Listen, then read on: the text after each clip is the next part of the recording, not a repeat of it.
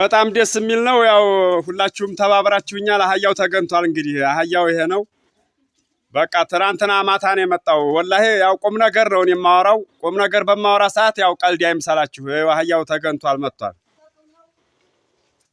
ቀኝ ጆሮም ቆራጣ ነው ያልኳችሁ ይሄ ነው። አይ መግማማት አላሉም። እንግዲህ ቀኝ ጆሮ ብሏል ማለት ነው።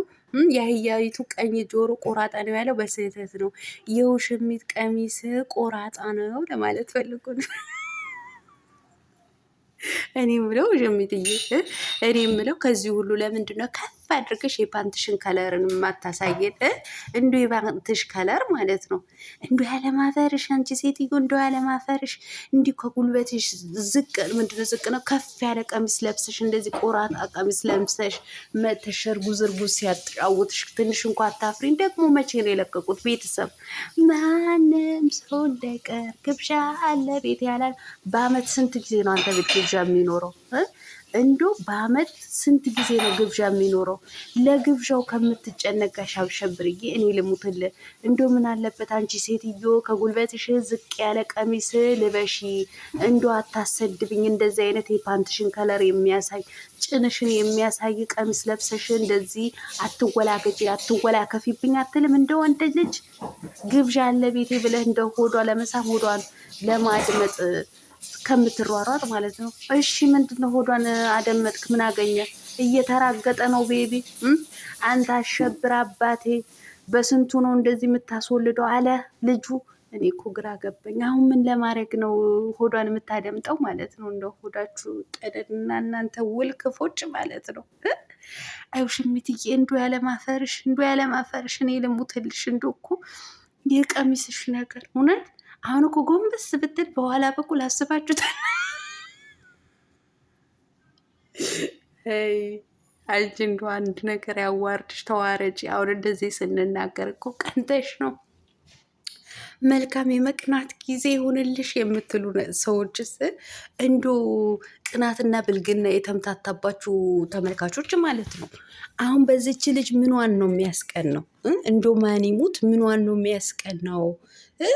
በመሟገጧ የሰው ባል ቀምታ አርግዣለሁ ስላለች ዲቃላ ስላረገዘች ነው የሚያስቀናው? እኔ እውነቴን ነው የምላችሁ አልቀራም። እኔ በጣም ብዙ የሚያስቀኑ ነገሮችን አሉ፣ መልካም ነገሮች ማለት የተቸገረ በሚያበሉ በሚያጠጡ በሚያለብሱ ሰዎች መልካም ስራ በሚሰሩ ሰዎች ላይ ነው እኔ የምቀናው ማለት ነው። ያ መጥፎ ቅናት ሳይሆን መልካም ቅናት ማለት ነው። እኔ በእንደዚህ አይነት ካልሆነ በስተቀር በብልግና በፍጹም ልቀና አልችልም። መልካም የመቃጠል ጊዜ ይሁንላችሁ ትሉላላችሁ። ኧረ እናንተ እዛው ተቃጠሉ፣ እናንተ እዛው ተቃጠሉ። እውነቴን ነው የምላችሁ። እናንተ ቃጠሎ ፊቶች ማለት ነው።